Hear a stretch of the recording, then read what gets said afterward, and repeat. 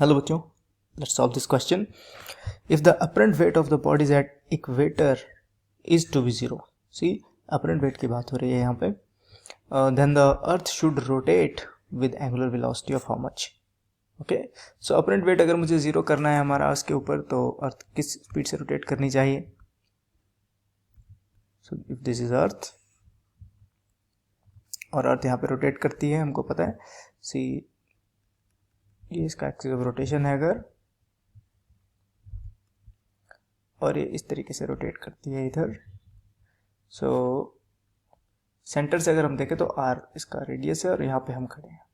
Okay, या body जिसकी question बात हो रही है, any body, anything, an object. So इसका जो वेट होने वाला है वो क्या है? हमको पता है कि अर्थ के सेंटर की तरफ को जो फोर्स लगती है वही वेट होता है. तो अगर इसका मास m है तो सेंटर की तरफ को जो फोर्स लग रही है दैट इज mg, रफली mg. सो mg फोर्स जो है वो सेंटर की तरफ लग रही है, that is the real weight of object. ठीक है, लेकिन हमको पता है कि रोटेट कर रही है अर्थ, और रोटेट कर रही है तो इसका मतलब इस पर एक सेंट्रीपिटल फोर्स लग रही होगी.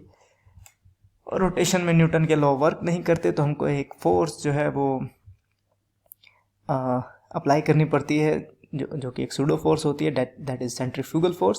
और वो बिल्कुल सेंट्रीपिटल फोर्स के जितना ही उसका मैग्नीट्यूड होता है, और वो ऐसा लगता है कि जैसे बाहर की तरफ को एक्ट कर रही है. ओके, लाइक नॉर्मल फोर्स इस केस में.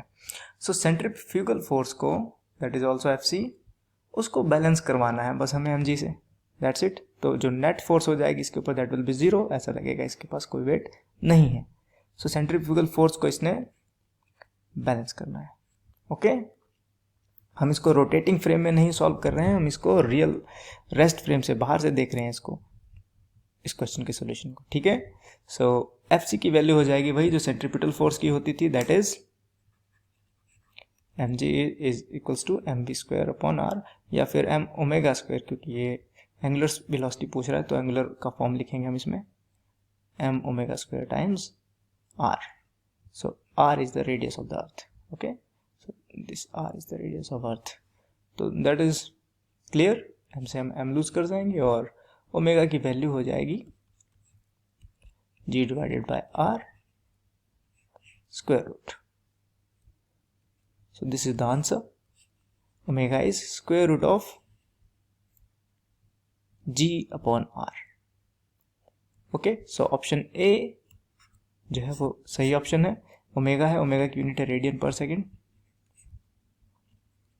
So option A is the right answer. I hope आपको ये सॉल्यूशन समझ आया होगा.